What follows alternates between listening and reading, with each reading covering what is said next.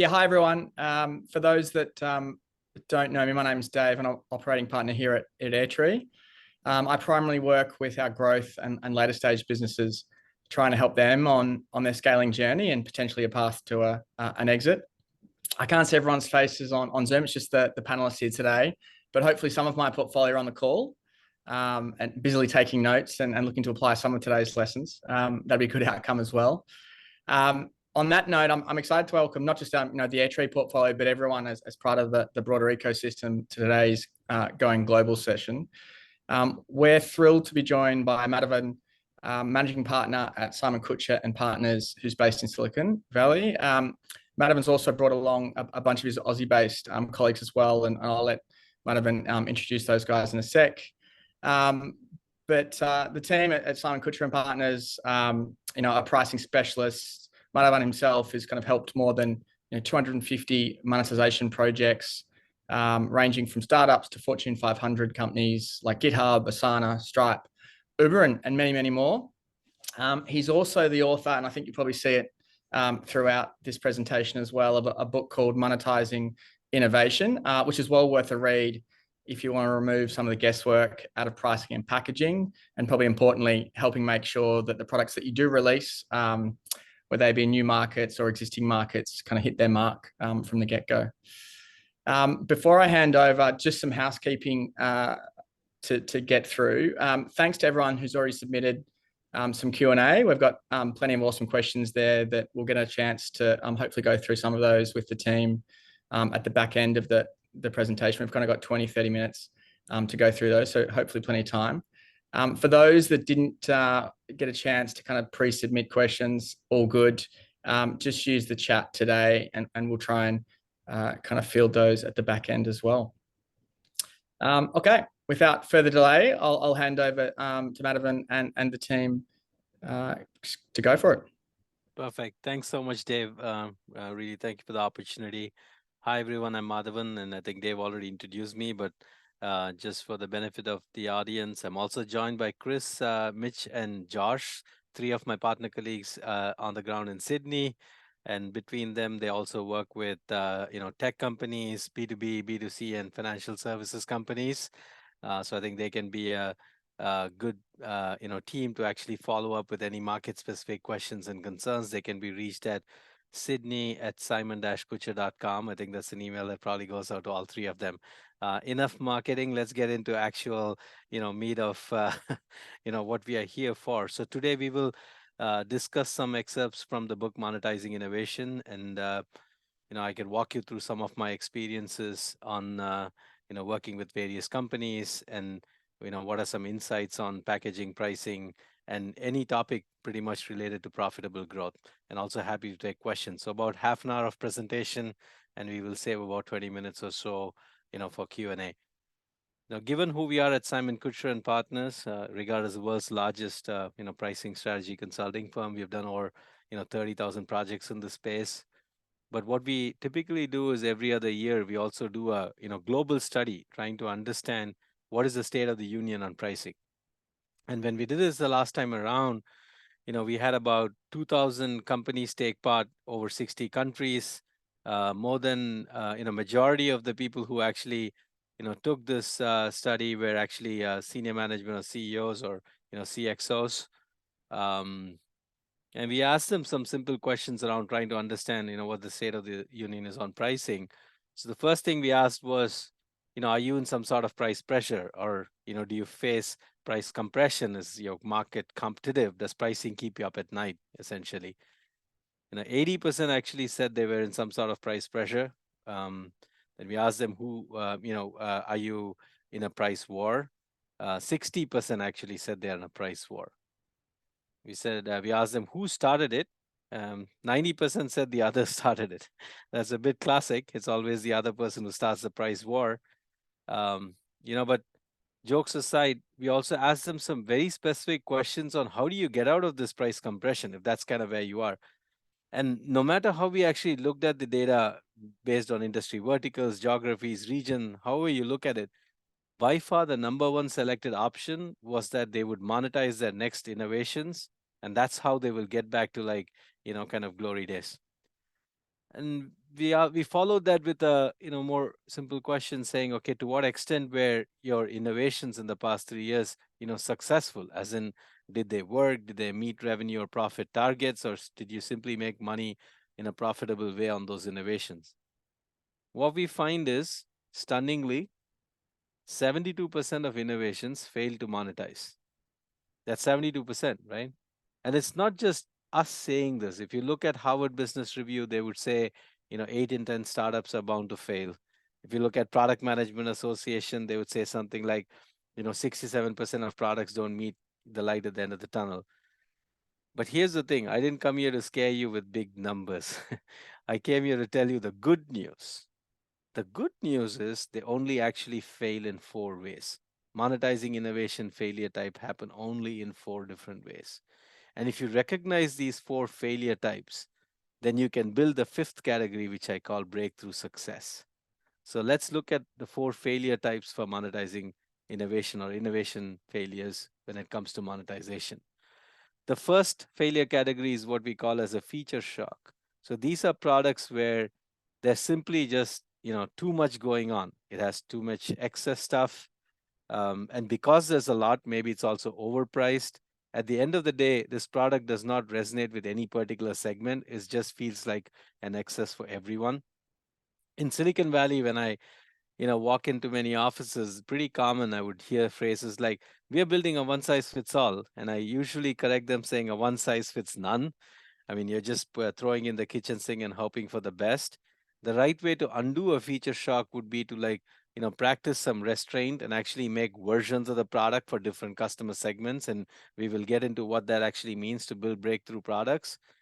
But in an effort, if an entrepreneur is just putting everything into one product and then throwing it out in the market, most likely you're building a feature shock. And if you hear things like in the hallway, let's just add this in, our customers don't know what they want, let's put this in the product, and you keep adding features, then you're building a feature shock. And this also happens in some of the most successful companies of our times. If you actually look at Amazon, probably one of the most successful companies of our times, if you look at the Fire Phone, though, it was probably there was a whole bunch of features that MarketWatch actually documented that no one wanted.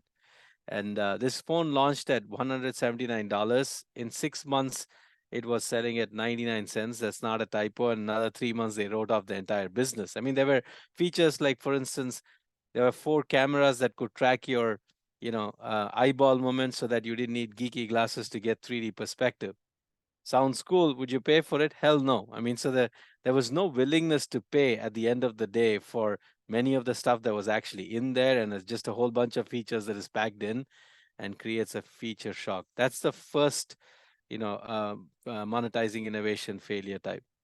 The second one, it's probably more common in tech companies that have a product market fit, is what we call as a minivation. So minivation are products where it's an absolutely right product for the right market, but the entrepreneur or the company simply did not have the courage to charge the right price, and by definition, under monetized. Um, give you an example here. I mean, in the Silicon Valley, here in Silicon Valley, there's a semiconductor company that actually makes these, parts for consumer electronics companies. And there's this concept called Moore's law in semiconductors, which basically there's an expectation that the price would actually keep decreasing after every generation because the form factor is shrinking. But they came up with a groundbreaking chip. It was truly revolutionary. And they sat around in a conference room and said, we need to undo Moore's law because we have something great in our hands. And the previous version was 65 cents. So they said, let's price this one at 85 cents per part. The product actually flew off the shelf, sold in the millions and billions of units.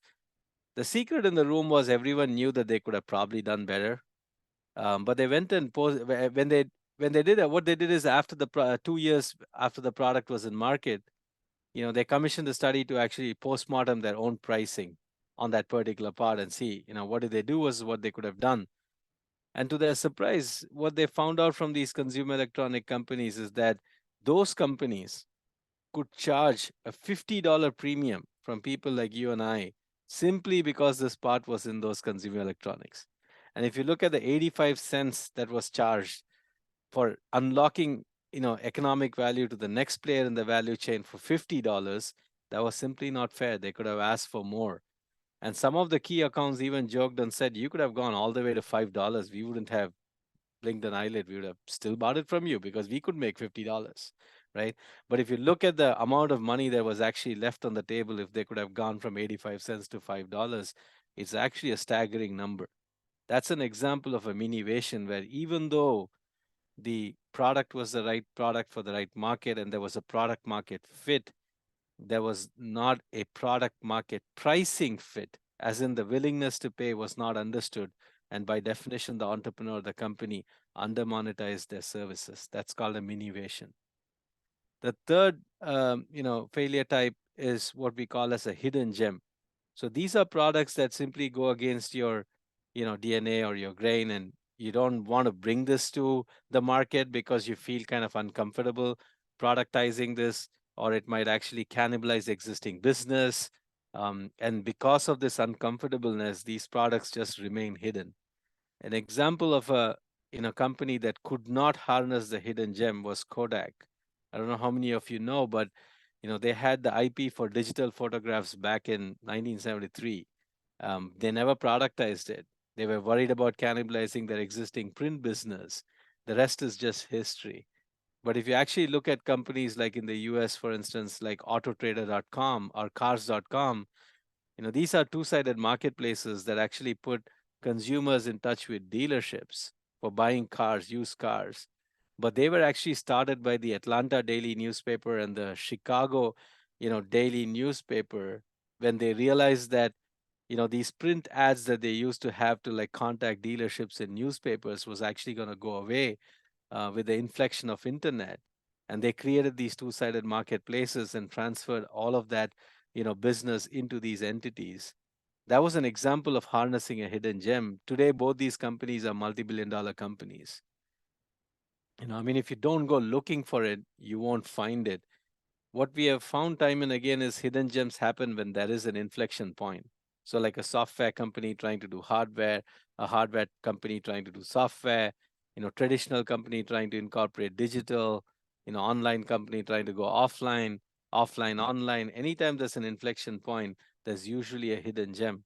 And at this moment in time, we are living through another inflection with AI, which is an obvious inflection point for most product categories. And if you don't go looking for hidden gems, they're probably going to remain there.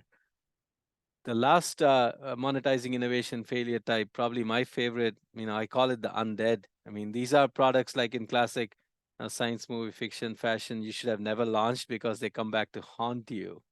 And they come in two varieties. They're either the wrong answer to the right question, or they're an answer to a question no one cares about.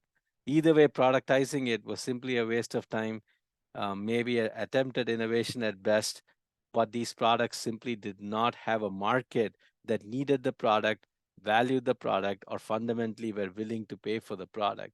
And hence, it was just a failed experiment that comes back to haunt you. These, I mean, in Silicon Valley, probably it's riddled with products that are probably can be easily classified as undead. But it even happens in some of the best companies of our times again. I mean, if you look at Google, for instance, when they released the Google Glass, this was back in 2016, um, it was dead on arrival in 2 months. Maybe the paparazzis wore it, $1,500 for the glass. In 2 months, it was gone, right? We actually wrote in Monetizing Innovation that a better strategy would have been to focus the glass initiative on B2B segments. So like, for instance, if I had my hands free when I was actually doing a surgery as a doctor or as a technician doing repair jobs, maybe there's a willingness to pay for that, and you can productize for those use cases. And over a period of few generations, you can then bring a consumer product at the right price point that would have actually made a lot of sense. Um, I don't know if I think rumor has it that Google read Monetizing Innovation, and we heard that they've pivoted the initiative to like more of a B2B pitch. So maybe that's something that we will see in the coming years. But the fundamental concept here is that if you build products without an understanding of whether there is a market and will they pay for the product, chances are you're probably making an undead, right? So I think that's Those are the four, monetizing innovation failure categories. Again, just to recap: feature shock, minivation, hidden gems, and undead. So far we have looked at 72% of innovations fail. They fail in four ways. The natural question you might actually ask is, okay, if 72% of innovations or companies are failing to monetize their innovation, what do these other 28% of companies do? Like, what are some success criteria?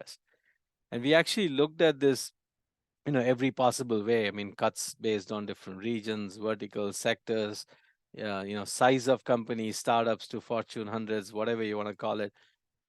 And there were only two success criteria that came out loud and clear every single time we looked at it. As in, companies that were building breakthrough innovation, that were monetizable, that were profitable, it all came down to two success criteria. So let's look at what those success criteria are. The first success criteria is what I call as price before product. I mean, price comes before product in the English dictionary. For most companies, it stops right there. What does price before product really mean?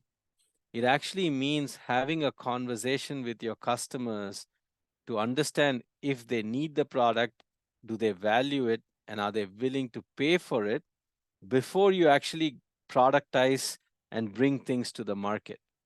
I mean, as an entrepreneur or company, you actually simply don't have a choice whether you'll have a pricing conversation with your customers. The only thing that is in your control is when you will have it. The traditional way of doing innovations typically is, let's build a product, try to perfect it, make some iterations, have more product designs, more product stuff, and then slap on a price, throw it in the market. And then you're hoping for the best. You don't know what is going to happen. You just put a price that you thought was right for the product that you built, put it in the market, and you're hoping. And you're trying to have a pricing conversation with your customers at that point, which is purely based on hope. What we are saying is, bring those conversations much earlier, like a 6 months, a year, probably even 2 years before launching the product. Try to have the same sales and marketing conversation, like put prototypes in front of them, put wireframes, put concepts, like, or even, early versions of the product. Let people struggle with it, and to have the same sales and marketing conversation, trying to make them educated on what the product does, and then have the willingness to pay conversation. I mean, you ask people even straight up, would you pay for this? And if the answer is no, the most important question to ask is why. And then you start hearing all of these things to actually design your product around what customers need, what do they value, what are they willing to pay for, what are the jobs to be done, etc.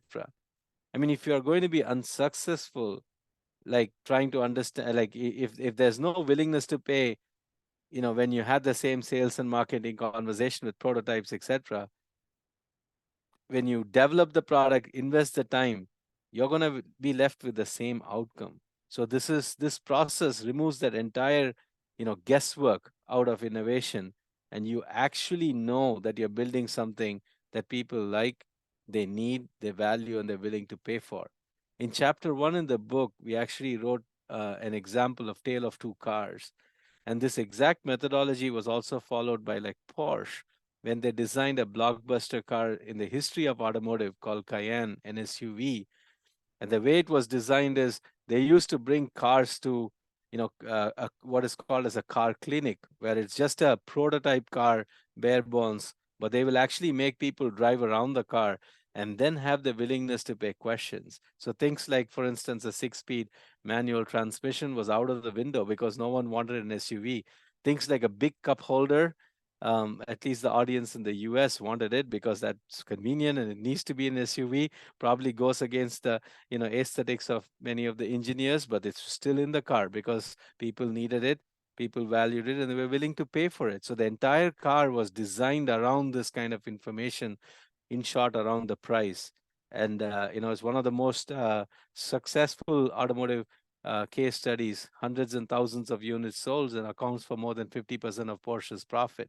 It's not just Porsche, but it's also SaaS companies, tech companies, any of these companies that actually understand whether there is a willingness to pay for the product, before embarking too deep. I mean, many of the companies I work with here in the Valley, they would actually put together a a prototype and have beta customers, and they will actually try to lock it down as a pay for a actual trial. And if a salesperson cannot convince someone to actually be ready for a paid trial, they won't develop the products because it's just not going to make sense at that point, right? So it's having these conversations much earlier and trying to understand. I mean, many companies that I also talk to say that we do some research around product market fit, or like their methodology startup, etc. All of those things are good, but if you don't put pricing as part of those conversations, you often hear what you want to hear. For instance, if someone comes and asks me, do you like this headset? I might say I like it. So you'll say there's a product market fit, but do you like it at $1,000? The whole conversation is different. So if you don't put pricing as part of your product market fit validation, you're often hearing what you want to hear. So having the discipline of testing and learning whether there is willingness to pay is at the as you build the products, is at the heart of developing innovations that have monetization potentials and that are breakthrough innovations. In chapter 4 in the book, if there's one chapter you would read chapter 4. We have documented all the ways on how you can have this willingness to pay conversation, and it's super tangible for startups and companies, where there's a list of questions, techniques, how to actually go do this. And it's like your Monday morning actions. You could literally start having conversations with your customers on, do they need your products? Do they value it? Is there a willingness to pay? If not, how do you pivot, etc., as opposed to like persisting and hoping. So that's one chapter that I encourage all the readers to read.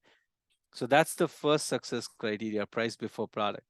The second success criteria is, C-level involvement. I mean, we kind of intuitively knew this, that if there is, C-level people involved in the topic of monetizing innovation, those companies have dramatically better odds at succeeding. But it was good to put some empirics behind this. What we actually saw was that companies where C-level was involved in monetizing innovation and drove this topic, they were 35% better than other companies in all sorts of KPIs. And when we talk about C-level involvement, I'm not talking about rolling up your sleeves and setting up the prices for the day. It actually means setting up the right culture for monetizing innovation, having the right goals for profitable growth, and also having the right resources and asking the right questions in meetings to actually ensure that you're putting all of these principles in motion. In the book Monetizing Innovation, again, every chapter ends with questions that a CEO or a founder should ask in meetings, and how to actually build that culture, and how to have a sustainable view at building an organization that can be successful at monetization. So those were the two success criteria. So 72% of innovations fail to monetize. Monetizing innovation failure types happen only in 4 ways. There are two success criterias. And I told you that the fifth category is going to be breakthrough success. And what we were able to do is we came up with a 9-step framework to actually build breakthrough success products. So the framework actually starts with having that early willingness to pay conversation, to all the way down to maintaining your pricing integrity after you've launched your product. In the book Monetizing Innovation, we actually have a chapter dedicated for each of these steps. Today, I think for this particular session, I can motivate 3 to 4, topic areas just to give you some flavor for, the different topics and what you need to do. The first step is having the willingness to pay conversation. We already talked about in the price before product construct. So I'll focus on the next step, which is segmentation. Segmentation is at the crux of actually being able to monetize and having a profitable growth business. When we talked about feature shock, we said that one size fits none. I mean, even though you might think one size fits all, one size fits none. I mean, we've worked with companies in every industry vertical possible. We are yet to find a situation where your customer needs are homogeneous. They're heterogeneous, whether you like to accept it or not. But the mistake that many entrepreneurs and companies make is build a product for the average customer, but the average customer never exists. I mean, take a simple example like water, which many people would say is like a kind of commodity. If you put it in a fountain, it is free. You put it in a bottle in the US, it's $2. You put gas in it, it's $2.50. Throw it in the mini bar, it's $5. Liquid death, which is water, which is branded, is now $10 in the US in a can. All of this is the same bloody water. It's just packaged and productized and priced differently because people have different needs and different willingness to pay. I might be price conscious. I'll run down to the fountain. I want to carry it around, or I like gas in my, water because of taste, or I'm lazy and I want the convenience of a mini bar, or I might actually believe in the branding of something like Liquid Death and say that I'm willing to pay $10 for the water because that brand resonates with me. At the end of the day, it's the same water.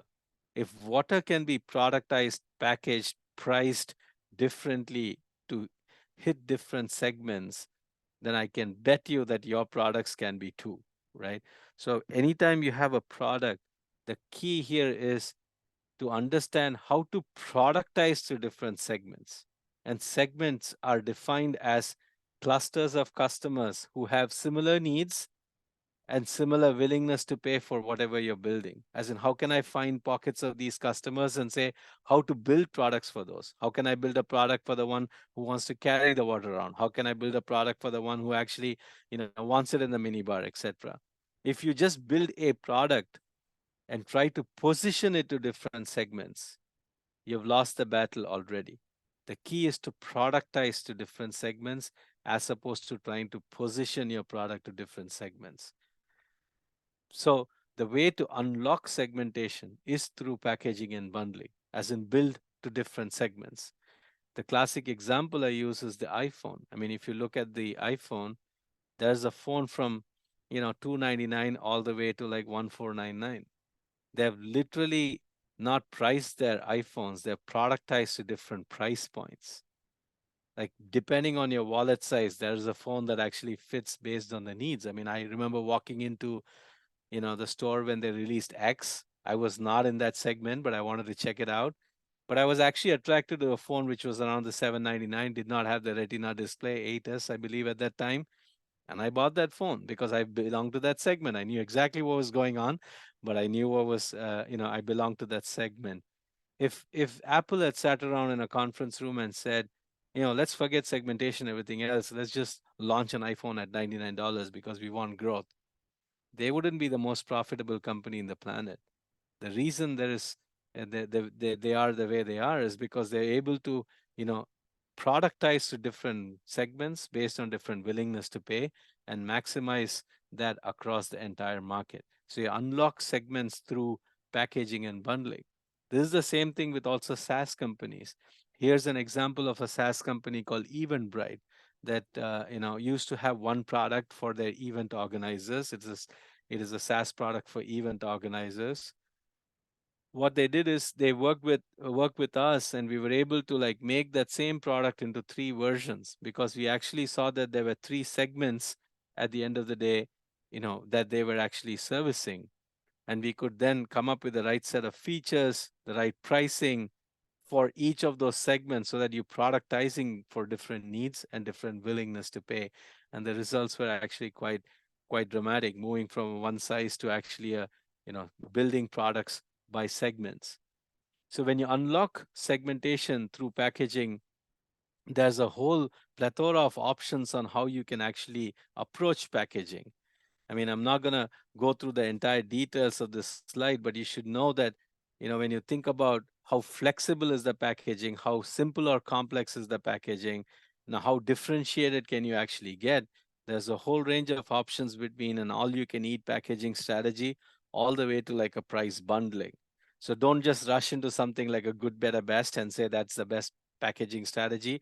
There's a menu of options. 70% of companies in this chart are our clients, and we have actually located them in different buckets based on their strategies, their goals, and what they should be doing for their products and services. In the book Monetizing Innovation, we do write about different packaging options. How should you go about it? What is the framework? And when each of these could actually make some sense. So that's a step in the framework that is critical. Understanding segments and unlocking them through packaging. The second step in the framework that I would like to talk about is the pricing model or the revenue model or the business model, how you want to call it. Tongue in cheek, I often say that how you charge is way more important than how much you charge. To take an example, Michelin actually produced these tires, and tires are probably one of the most price sensitive markets. I mean, think about this. You walk into a store, all the tires look the same. If they're priced differently, you don't know how to actually pay and what are you actually paying for. And they came up with this tire that was supposed to last 20% longer. If they went and asked the market for a 20% premium, there's no way they would get it. And if they don't ask for it, they will cannibalize their business because the tires will last 20% longer, and that actually even cannibalizes their existing business. Tough challenge to be in. What they did is, and these were tires for truckers to like move goods from point A to point B. What they did is they said, you know what, let's actually innovate here on a pricing model and the how you charge. And they said that we will sell the tire on a per kilometer or per mile basis. And this was a big hit in the market. The truckers loved it, not just because they could do pay as you go on tires, but they could even invoice their end customers saying, I did 800 miles and this is the tire cost. So they loved it and people adopted it and more people came into the system. The tires lasted 20% longer and Michelin recouped that and much more. Right? I mean, this was much before SaaS, for instance, was talking about usage based pricing. It was already innovated in tires.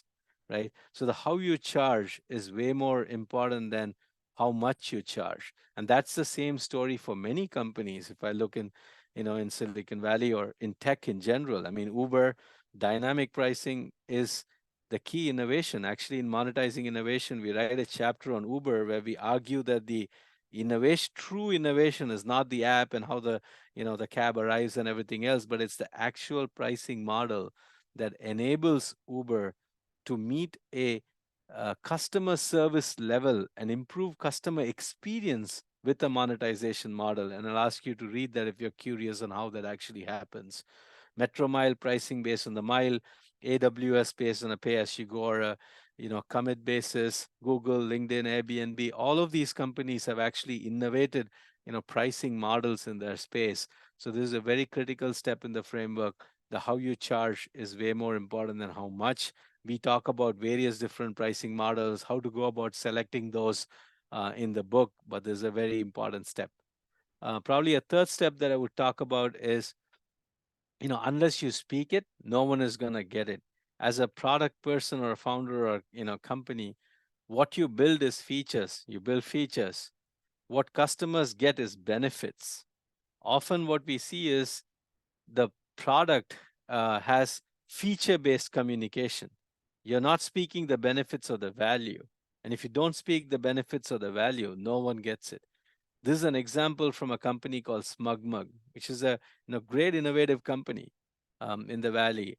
And they used to have 4 plans. And as you can see, it's all the plans and all the features that were actually listed. What they did was they changed the plans to just talk more benefits rather than features. For instance, the ability to sell photos online is a benefit. Behind that, there could be 5 or 10 different features. Just changing the communication to benefit orientation as opposed to feature orientation, double digits improvements in revenue, no changes in products. So unless you can speak value, no one will get it. To speak value, you need to focus on benefits and not the features that you actually build. I mean, another example that I really love on value communication is from Porsche. If you take the Taycan, the electric vehicle, their CEO actually said exactly this. He said it's not the most affordable electric vehicle you can buy, but that was never Porsche's goal. Its goal was to build an electric vehicle that was first and foremost a Porsche. To their segment, the statement resonates like crazy, right? I mean, it reeks value.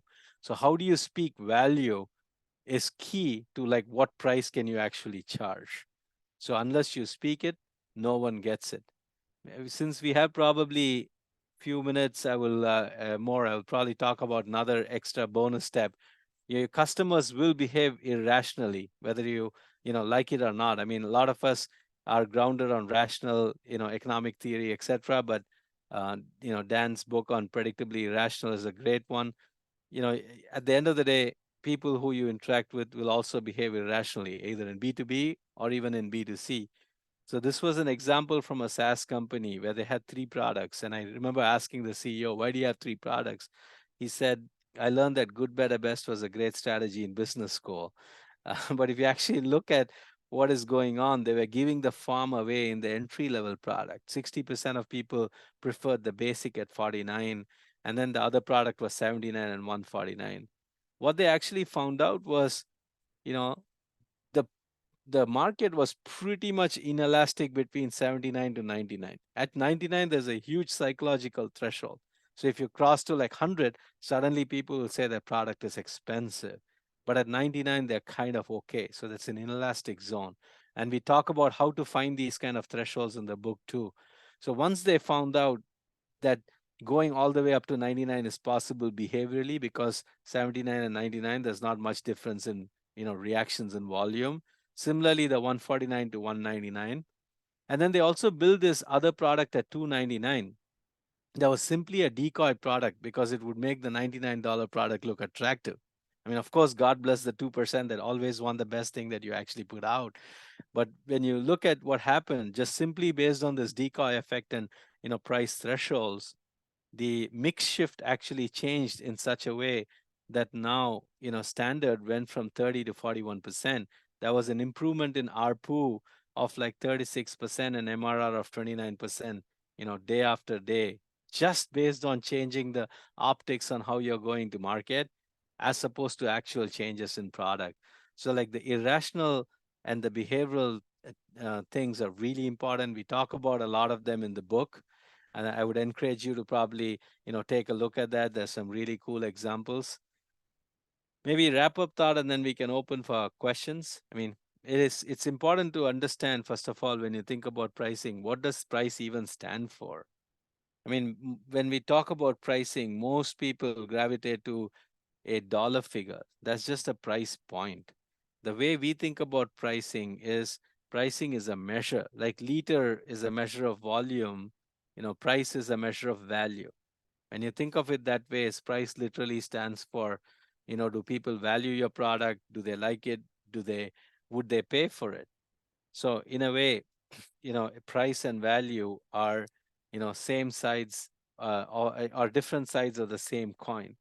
The easiest way to remember this is in Latin, there's only one word for both price and value called pretium. I think they've probably figured this out long back. So like price and value are, exactly the same and different sides of the same coin. So to understand what pricing is, you need to be able to articulate what value you bring to the table. And then based on that, what is the willingness to pay for that value exchange, which is called price. So maybe last wrap up thought. I mean, if there's anything you'll remember in this presentation, remember four numbers: 72, 429. 72% of innovations fail. They fail in four different ways.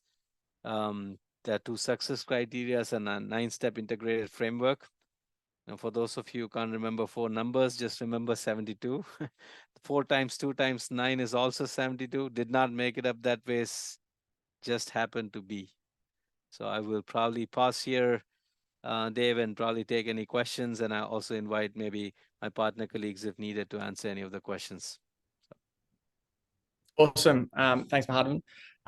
There's a bunch of questions that obviously have come through, so I'll kind of quickly whip through those. One of the first ones, and I know this is in the book as well, and I think you touched on it as well, but kind of the practical steps of determining willingness to pay. There's a couple here around how much value do you place in research groups versus something that's kind of more practical, like fake door tests, those sort of things.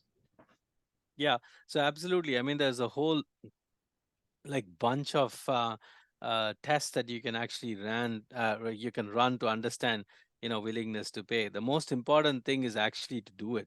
Many of the companies that I walk into, the number one let's say pitfall is they are actually not having the willingness to pay conversations. I mean, I would get a call saying, hey, we need a pricing strategy. I'm like, when do you need it? Oh, we needed it yesterday. How long have you been working on the product? 2 years. Have you done any studies? No. So like, just blows my mind, right? So I think even having that conversation is important. And so depending on the type of the product and the maturity of the product, different methods would actually make sense. Like a painted door test or an actual credit card test or any of these things are great when you just want to have a quick reaction as to whether people would sign up, and if it's an a product that is actually selling online, you could do those. You could also do you know um, qualitative discussions with your customers, either through one-on-one discussions or focus groups. We have talked about a number of questions that you can ask in the in the book, and depending, even simple things like how you ask the question matters. Like, for instance, if you're a SaaS company, you just go and ask, what price should I charge for the software? You'll get garbage back. That's your job. That's not your customer's job to figure out your pricing.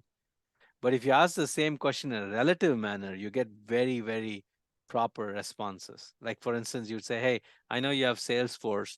If Salesforce is indexed at 100 in value, where do you think we would be in terms of adding value to your sales teams?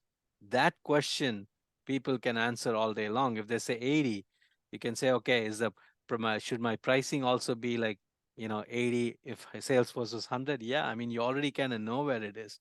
And if that works, you can use the same logic when you're selling the product anyways, right? So I think these are things that you can actually understand. I kind of feel in an absolute magnitude basis, people don't make any sense. Relatively, they're super smart. So I think like how you ask these kind of questions also matter. We have talked about that. There's also quantitative methods, price tests, A/B tests, etc. So the one thing that I would probably say is we have not found like a single method that always works in every situation. If that was the case, life would be really easy. Maybe you didn't even need consultants to actually exist to some extent. The trick here is to understand, when to use what, and also to use a multi-method approach when you're going and validating. I mean, because there are certain techniques that can um, sort of unlock insights on psychological thresholds, certain for like purchase probability, certain for like feature preferences, certain for propensity to buying, etc. So I think understanding that, and if you have a very practical, tangible products, I would now, just to tie that question back, I would err more on the side of like testing live if you can. Great. It's actually a good segue. One of the questions that came up was, is it always best to follow your competitors' pricing models when entering a new market? Absolutely not, because I think think about it. The competitor is sitting on the other conference room saying, "Should I follow these guys?" I mean, and then it's just a race to the bottom at some point. I mean, the statistic that I use: 60% are in a price war, 90% said the others started it. It's statistically impossible, right? I mean, so the idea is not to follow, but more to understand what are the true, like what are the pricing models that make sense for the market in terms of like the product that you're building. And is there an opportunity to change the conversation based on having a different pricing model? And is that to your advantage? The classic example that I use is, for instance, Blockbuster used to charge by the movie, different fines, whatever. That was their business model. Netflix entered and said, okay, we're going to do a subscription model, which is a whole different ball game compared to Blockbuster. The rest is history. The reason that actually worked is people understood that model. It was simpler, and they could actually relate to it. In the book, we actually talk about different pricing models and how to choose one. And one of the tests that we usually do with our clients customers is what we call as like a break even test. Like, even if there is break even across different pricing models, people would usually prefer one. I mean, if they're rational, they'll say I'm indifferent across all of those options. I've yet to see a indifferent actually win in these kind of studies. So picking the right model is key. Chances are your competitor is probably you know at the right model, but doing the due diligence to understand what is the right model for the market, and then how do you is there an opportunity to differentiate, would be the steps that I would take, rather than blindly copying something that a competitor might be doing, even if they're a hardcore incumbent. I mean, there's a lot of disruption that you can cause by changing a pricing model. Awesome. Gotcha. Changing tack a little bit, what are some of the biggest differences that you see when pricing a B2C versus a B2B or even a B2E product? And I guess a corollary to that is kind of what if you price your product falls into more than one of those categories? Yeah, no problem. Let's probably take first the B2C and B2B, and then we can talk about overlaps in categories, etc. So typically, I mean, the approach that we talk about in monetizing innovation applies to both B2C and B2B, whether it be, having the early willingness to pay conversations, or even the behavioral, psychology stuff that we actually, use to understand, what is the irrational side of the human brain and how can we actually phrase this. All of those things like sort of translate, but there are certain key differences when it comes to like, approaching pricing for like B2C or B2B. In B2C, typically it is about, coming up with a um, price point that, is kind of already set. You're probably not in a, like, you don't need to like prepare too much for negotiations. It is a set price, like things that you're selling online, or it's an app, or, a consumer good, etc. Like coming up with that price and the precision actually then matters, because that's because you're now clearing the market with different price points, like an iPhone. I mean, the precision on pricing actually matters. In B2B, you can set all the pricing you want, but it's a human having a human conversation. So how do you actually put structure in that proceedings? How do you, negotiate when it comes to pricing? How do you put price in the context of the value that you're delivering? All of these things become key. So, for instance, I'll give you a simple hack for anyone who's listening. If you're a SaaS company and you're having only one product that a salesperson is actually going and selling, I can guarantee you that it's suboptimal, because think of what's happening. He or she would put the product in front of the customers. The first thing that would be like, how much does this cost? And immediately the conversation will go down to price, and then it's a price discounting from there on. But the hack is to have versions of the product, like a good, better, best. Even if you don't have product differentiation, make services differentiation, put support levels, put managed services stuff, put like, analytics stuff that you can actually do after the fact, whatever. Or if you have product differentiation, all power to you. So if you lead with a good, better, best framing in a sales conversation, you can easily steer the conversation around value. For instance, if someone says, yeah, if you take 100, 200, and 300K product, someone says, yeah, my budget is 100. Yeah, I have the good product for you. But no, no, no, I actually like the benefit of the feature and the better product. Oh, yeah, that's available in our premium edition for 200. But you're now going to talk about that benefit and why that actually matters, what other companies have done. So no matter what you do, because you have different options on the table, a savvy negotiator can always bring the conversation back to value. So these kind of things would actually be very important from a pricing standpoint in B2B, not just the ability to set it, but the ability to execute and get full value from, every deal specific situation. Um, if you're in a combination business, then you need to have, like, for instance, companies that have a enterprise SaaS, which is more B2B driven, but they also have a self-serve, which is probably not B2C, but maybe B2 SMB. There are some companies even with B2C that go into SMB enterprise. It's basically a combination of the insights that I talked about. Awesome. Maybe staying on the enterprise end of the spectrum. Sure. What if the users of the product aren't necessarily the buyers or the ultimate decision makers, and so don't experience, I guess, the pain points that your users do? It's a great question. So when we actually do validation for enterprise accounts for our clients, what we do is we make sure that we are doing this, let's say, validation across different customer personas, people who are influencers, people who are users, people who set the budget or approve the budget. And then you want to understand different viewpoints, so that you can then come up with the right packaging pricing strategy, and then use the right value articulation to like educate the users, and also like make them sort of your champion to like unlock budgets with the decision makers. And depending on the product that you're actually, depending on the time frame of when you're selling, certain personas become very important. Like, for instance, if you're it's an initial sale, typically the purchaser or decision maker is key, and that feedback is very important. If it is a renewal conversation, most likely the most important feedback is from the user or the one who actually derives value, because you can actually use that information for justifying your renewal pricing or even increasing or upsell or cross sell. So different personas might actually make sense, whether it's an initial sale versus a renewal. But having the conversation with multiple persona is key. Not everything is relevant in a discussion for each of these persona.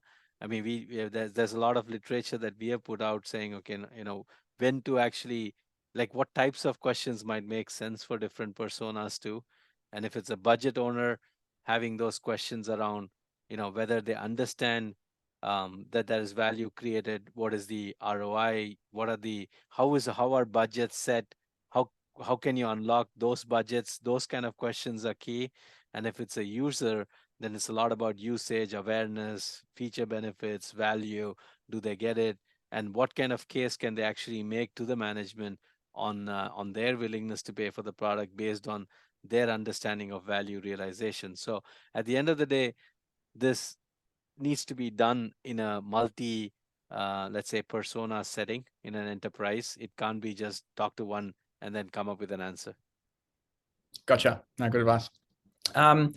Maybe staying on the enterprise or slightly around that pricing. What's the best strategy for pricing on annual only products? And then I guess related to that, any kind of insights on monthly versus annual versus multi-year kind of pricing Yeah. strategy? So absolutely. Maybe let's take the second one first. By definition, I've found time and again, and we've also done this many times at Simon-Kucher, that offering a choice in term length is to your advantage. Like, I mean, having a monthly or an annual price, because you always find that, people have different like preferences. And if you don't have those options, you might actually miss out on certain markets. Like if they don't want to do an annual commitment, for instance, there are just those kind of people, and then you would miss out on them. Or people who actually want the annual commitment in exchange for the discount. If you don't have that and you only have a monthly, you would miss out on that, right? The key is to have a minimum number of term lengths and have the customer self-select into what actually makes sense for themselves. And the aspect of having monthly and annual also gives you tremendous advantage from a, let's say, psychology perspective to showcase pricing. So like, for instance, if you actually say, the price is $10 per month, and on an annual basis that adds up to 120. What you could do is you can say your price is $10 per month, or VAV, it is $8 per month if you buy it annually. So you can actually take your annual price and showcase it as a monthly price at a low. And you could even lead your pricing with saying starts at $8 per month if you take an annual commit. Otherwise, it's a $10 per month. So you can actually use these kind of behavioral things, which also makes people say, okay, I get a cheaper price on a monthly basis if I take an annual contract. And if you're giving a discount, get something back. And that getting something back is the annual contract. So not just leading with one term length, but offering a choice and then using that systematically to drive selection across customers, would be key. What was the first part of the question again? Sorry, Dave. Yeah, sorry, I rambled. But I guess then maybe it's more specific around, well, how do you sort of set the price differential between the monthly and the annual? Well, I guess what factors do you take into account? Yeah. Like churn versus, effectively time value of money, those sort of things. All of those. And typically our benchmark, I probably shortcut to the answer. We have seen that 10 to 20% discount on an annual term length compared to monthly is right about the optimal for most SaaS and enterprise companies. If you're being 30%, you're too generous, 30% above. If less than 10%, that's not a discount to move any needle. So 10 to 20% is pretty much on the sweet spot. Awesome. There's only one exemption. If you look into some of the consumer services like fitness apps and so on, there the industry went very much into discount selling, and they're sometimes 50, 60% of the annual. So I think that's probably an exception from the 10 to 20%. Yeah, I think absolutely. I was giving more my benchmark based on enterprise SaaS companies, but totally, yes, it makes sense. Dave, any Perfect. other There's a questions? few more to run through. I know I've got a few Sure. more minutes left. this is kind of changes or optimizations over time, so kind of not at launch, but what's the best way to position or pivot from maybe price per user per user pricing to maybe bundled or platform-based pricing? Yeah, so that's a great question. So first of all, I mean, let's take just the user-based pricing as a construct as it stands. I think the one thing that you need to determine is that future-proof for your business. Many businesses, especially with the introduction of AI, are actually going to get hurt in like the next few years if, let's say, the number of seats shrink in a company. Your user-based model is also going to be a model that shrinks your revenue over a period of time. So make sure you do the diligence to understand whether your anything in AI is actually augmenting someone to make them a bit of a superhuman to do effective tasks, or is this fundamentally something that is going to replace like human workforce, and then you need to actually buffer in. If you're in the second category, for sure you need to think about moving away from user-based pricing in a strategic manner, which means if 20 or 30% of seats shrink, you need to at least have some kind of usage component that can recoup that 20 or 30 over a period of time. To move from something like a user-based license to a platform fee, etc., that typically depends on your product maturity and how are you building, let's say, a category of products that have like multiple things, and is that is a platform necessary for bringing all of the products under sort of one roof. And I think that's probably the product complexity will dictate whether you have a platform or not. Many times I see companies that have just one product and call it a platform. That's not a platform. I mean, that's just a single product SKU that you're selling. But if it's a multi-product thing that sits on a platform, truly there is a, let's say, seamless integration across all these products, and you can say platform. The thing with platform too is there are two ways to approach the platform. One is to actually say you have a platform fee for just doing, that's the cost of business, let's say a 5K platform fee. Most often those things are there just to negotiate off. I mean, basically in a deal negotiation, a salesperson would say, I can't touch the user price, I'll just do. Guess what? Even the buyer knows this trick. So there is really no use in these things. I mean, other than creating some drama and optics and some negotiation chips. The better way to actually think about a platform or a platform fee is to like pre-bundle it with a certain amount of usage or a certain amount of product. So the platform already comes loaded with, let's say, 25 users, and that's the platform fee. After that, the model kicks in terms of a per user or a per usage kind of fee. Right? So then it actually becomes a more differentiated pricing model when you actually grow. Awesome. Two more questions, and the last one hopefully will be a good one to leave the audience with. But obviously, in the current macro situation, a lot of businesses are thinking about pricing as a lever, so pushing those up on a kind of annual basis. What are some of the things to think through before you go ahead and do that? And I guess what are some of the kind of recommendations about or challenges around implementing those pricing changes? Yeah. So the couple of things. The first thing is don't just raise your prices randomly and then hope for the best.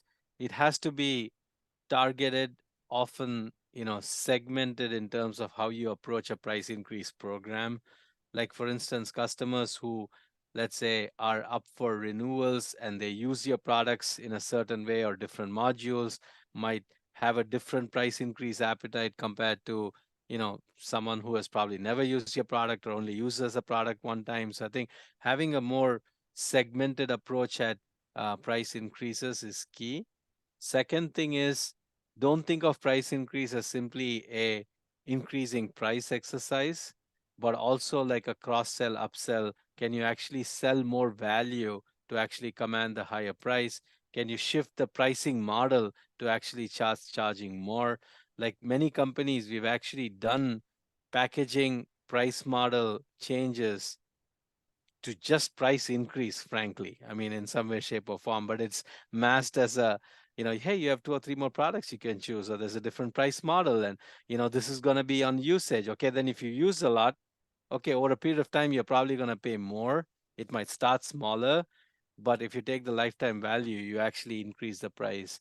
So I think about smarter ways of also price increasing, quote unquote. And we have found packaging and pricing models at some sure short ways of thinking about these things too. Awesome. Good tips. last question, because we're basically at time, but kind of looking back on the last sort of 6 to 12 months, but more importantly, I guess looking ahead, what are some of the kind of emerging trends or actions you're seeing, kind of the best companies implement? Absolutely. I think in 2023, there was a trend that was actually picking up quite a lot more faster than I thought possible. But I think it was driven primarily based on the macro conditions, especially in SaaS or tech or enterprise companies. I think the holy grail pricing model is to actually say, price truly on value, like the economic value that you actually create, not based on usage, not based on seats, etc., but truly on the economic value. For instance, if you unlock X million of value for your customers, then I should be able to take 10% or 20% of that value, right? Outcome-based pricing is what we call it, like truly putting the model in such a way that it is geared towards outcome. Given the pressure in the market for spending lesser, a lot of buyers actually became more savvy to ask, can you put a skin in the game? Can you do an outcome-based pricing? If you actually your product does what it's supposed to do, we would actually pay you. So that's not everyone, but in general, like a 10% of buyers.